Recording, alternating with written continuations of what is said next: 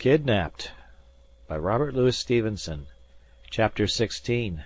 The Lad with the Silver Button across Morven. There is a regular ferry from Torosay to Kinlochaline on the mainland. Both shores of the Sound are in the country of the strong clan of the Macleans, and the people that passed the ferry with me were almost all of that clan. The skipper of the boat, on the other hand, was called Neil Roy Macrob, and since Macrob was one of the names of Alan's clansmen, and Alan himself had sent me to that ferry, I was eager to come to private speech of Neil Roy. In the crowded boat this was of course impossible, and the passage was a very slow affair. There was no wind, and as the boat was wretchedly equipped, we could pull but 2 oars on one side and 1 on the other. The men gave way, however, with a good will, the passengers taking spells to help them, and the whole company giving the time in Gaelic boat songs. And what with the songs, and the sea air, and the good nature and spirit of all concerned, and the bright weather, the passage was a pretty thing to have seen. But there was one melancholy part.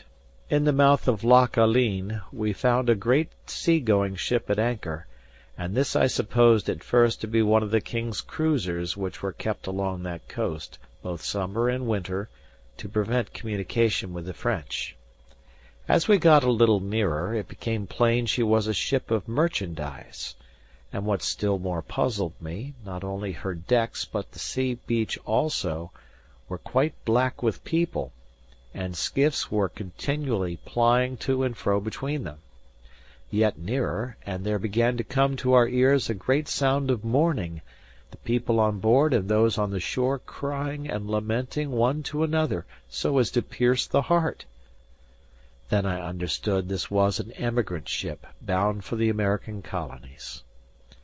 We put the ferry boat alongside, and the exiles leaned over the bulwarks, weeping and reaching out their hands to my fellow passengers, among whom they counted some near friends. How long this might have gone on I do not know, for they seemed to have no sense of time; but at last the captain of the ship, who seemed near beside himself, and no great wonder, in the midst of this crying and confusion, came to the side and begged us to depart. Thereupon Neil sheered off, and the chief singer in our boat struck into a melancholy air, which was presently taken up both by the emigrants and their friends upon the beach, so that it sounded from all sides like a lament for the dying. I saw the tears run down the cheeks of the men and women in the boat, even as they bent at the oars, and the circumstances and the music of the song, which is one called Lochaber no more, were highly affecting even to myself. At Kinlochaline I got Neil Roy upon one side on the beach, and said I made sure he was one of Appin's men. "And what for no?" said he. "I am seeking somebody," said I, "and it comes in my mind that you will have news of him. Alan Breck Stewart is his name." And very foolishly, instead of showing him the button, I sought to pass a shilling in his hand. At this he drew back. "I am very much affronted," he said, "and this is not the way that one gentleman should behave to another at all. The man you ask for is in France, but if he were in my sporran," says he, "and your belly full of shillings, it would not hurt a hair upon his body." I saw I had gone the wrong way to work, and without wasting time upon apologies, showed him the button lying in the hollow of my palm. "Aweel, aweel," said Neil, "and I think ye might have begun with that end of the stick, whatever. But if ye are the lad with the silver button, all is well, and I have the word to see that ye come safe. But if ye will pardon me to speak plainly," says he, "there is a name that you should never take into your mouth, and that is the name of Alan Breck.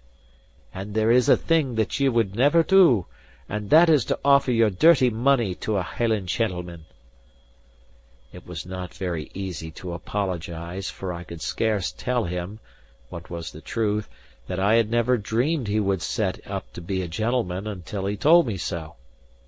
Neil, on his part, had no wish to prolong his dealings with me, only to fulfil his orders and be done with it, and he made haste to give me my route.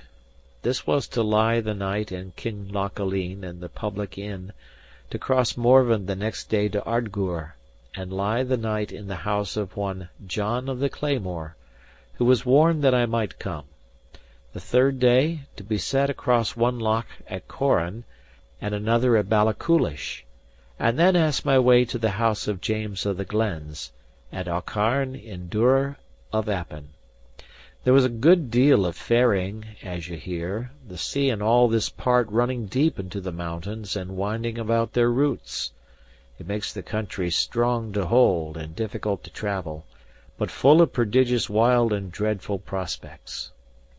I had some other advice from Neil: to speak with no one by the way, to avoid Whigs, Campbells, and the Red soldiers, to leave the road and lie in a bush, if I saw any of the latter coming, for it was never chancy to meet in with them, and, in brief, to conduct myself like a robber or a Jacobite agent, as perhaps Neil thought me. The inn at Kinlochaline was the most beggarly vile place that ever pigs were styed in, full of smoke, vermin, and silent Highlanders. I was not only discontented with my lodging, but with myself for my mismanagement of Neil, and thought I could hardly be worse off.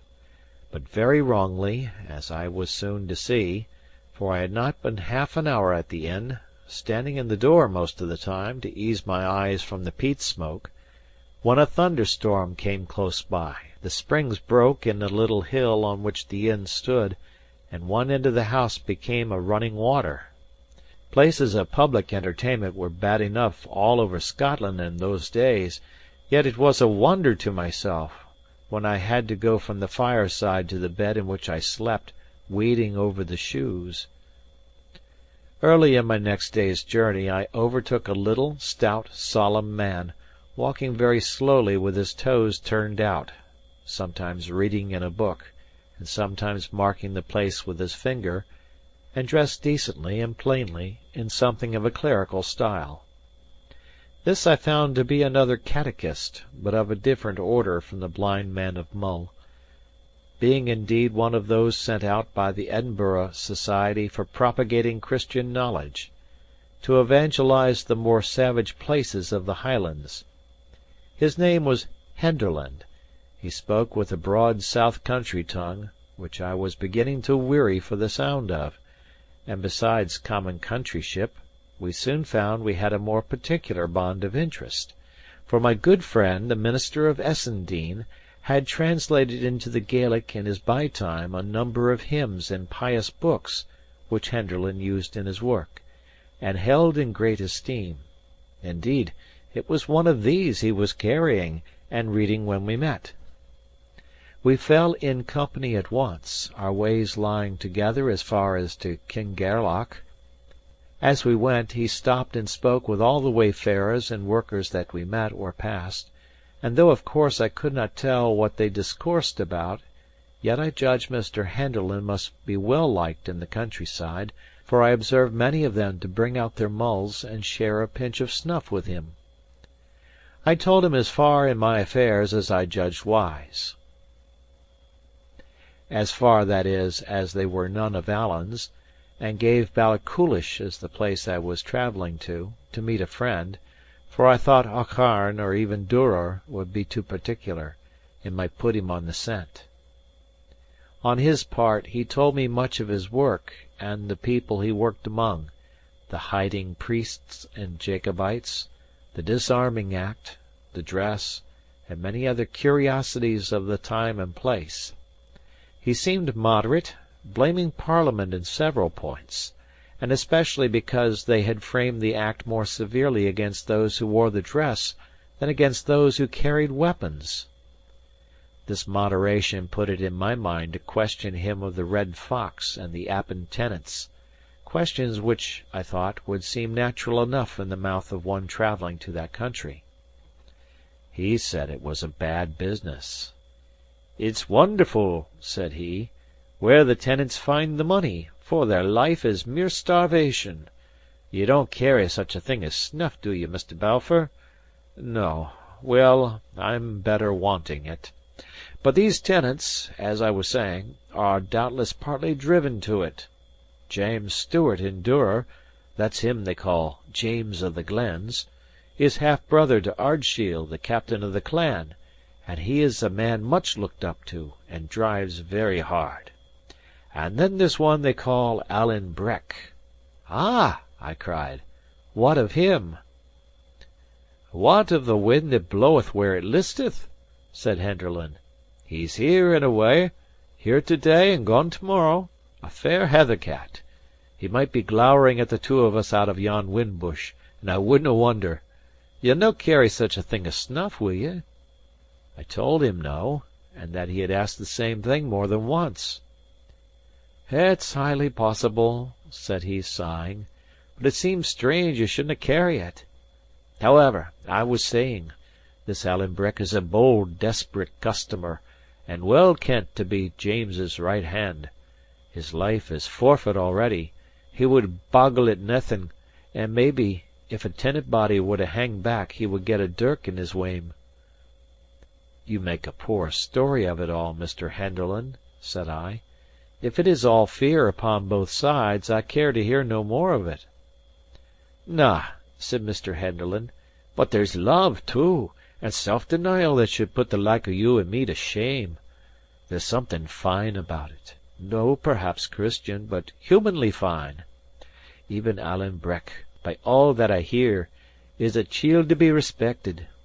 There's many a lying sneck-draw sits close in kirk, in our own part of the country, and stands well in the world's eye, and maybe is a far worse man, Mr. Balfour, than yon misguided shedder of man's blood. Ay, ay, we might take a lesson by them. You'll perhaps think I've been too long in the Highlands," he added, smiling to me. I told him not at all, that I had seen much to admire among the Highlanders, and if he came to that, Mr. Campbell himself was a Highlander. "Ay," said he, "that's true; it's a fine blood." "And what is the king's agent about?" I asked. "Colin Campbell," says Henderland, "putting his head in a bee's byke." "He is to turn the tenants out by force, I hear?" said I. "Yes," says he, "but the business is gone back and forth, as folk say. First, James of the Glens rode to Edinburgh, and got some lawyer, a Stewart, nae doubt they all hang together like bats in a steeple, and had the proceedings stayed. And then Colin Campbell came in again, and had the upper hand before the barons of Exchequer. And now they tell me the first of the tenants are to flit to morrow. It's to begin at Duror, under James's very windows, which doesna seem wise by my humble way of it." "Do you think they'll fight?" I asked. "Well," says Henderland, "they're disarmed, or supposed to be, for there's still a good deal of cold iron lying by in quiet places. And then Colin Campbell has the soldiers coming. But for all that, if I was his lady wife, I wouldnae be well pleased till I got him home again. They're queer customers, the Appin Stewarts." I asked if they were worse than their neighbours. "No they," said he, "and that's the worst part of it. For if Colin Roy can get his business done in Appin, he has it all to begin again in the next country, which they call Mamore, and which is one of the countries of the Camerons. He's king's factor upon both, and from both he has to drive out the tenants. And indeed, Mr. Balfour, to be open with you, it's my belief that if he escapes the one lot, he'll get his death by the other." So we continued talking and walking the great part of the day, until at last Mr. Henderland, after expressing his delight in my company, and satisfaction at meeting with a friend of Mr. Campbell's, "whom," says he, "I would make the bold to call that sweet singer of our covenanted Zion," proposed that I should make a short stage and lie the night in his house, a little beyond Kingairloch. To say truth, I was overjoyed, for I had no great desire for John of the Claymore, and since my double misadventure, first with the guide and next with the gentleman skipper, I stood in some fear of any Highland stranger. Accordingly we shook hands upon the bargain, and came in the afternoon to a small house, standing alone by the shore of the Linnhe Loch. The sun was already gone from the desert mountains of Ardgour upon the hither side, but shone on those of Appin on the farther. The loch lay as still as a lake, only the gulls were crying round the sides of it, and the whole place seemed solemn and uncouth. We had no sooner come to the door of Mr. Henderland's dwelling than, to my great surprise, for I was now used to the politeness of Highlanders, he burst rudely past me, dashed into the room, caught up a jar and a small horn spoon, and began ladling snuff into his nose in most excessive quantities. Then he had a hearty fit of sneezing, and looked round upon me with a rather silly smile. "It's a vow I took," says he. "I took a vow upon me that I wouldna carry it. Doubtless it's a great privation, but when I think upon the martyrs, not only to the Scottish Covenant, but to other points of Christianity, I think shame to mind it." As soon as we had eaten, and porridge and whey were the best of the good man's diet, he took a grave face, and said he had a duty to perform by Mr. Campbell, and that was to inquire into my state of mind towards God. I was inclined to smile at him since the business of the snuff, but he had not spoken long before he brought the tears into my eyes. There are two things that men should never weary of, goodness and humility. We get none too much of them in this rough world among cold, proud people, but Mr. Henderland had their very speech upon his tongue. And though I was a good deal puffed up with my adventures and with having come off, as the saying is, with flying colours, yet he soon had me on my knees beside a simple, poor old man, and both proud and glad to be there. Before we went to bed he offered me sixpence to help me on my way, out of a scanty store he kept in the turf wall of his house, at which excess of goodness I knew not what to do. But at last he was so earnest with me that I thought it the more mannerly part to let him have his way, and so left him poorer than myself. End of chapter.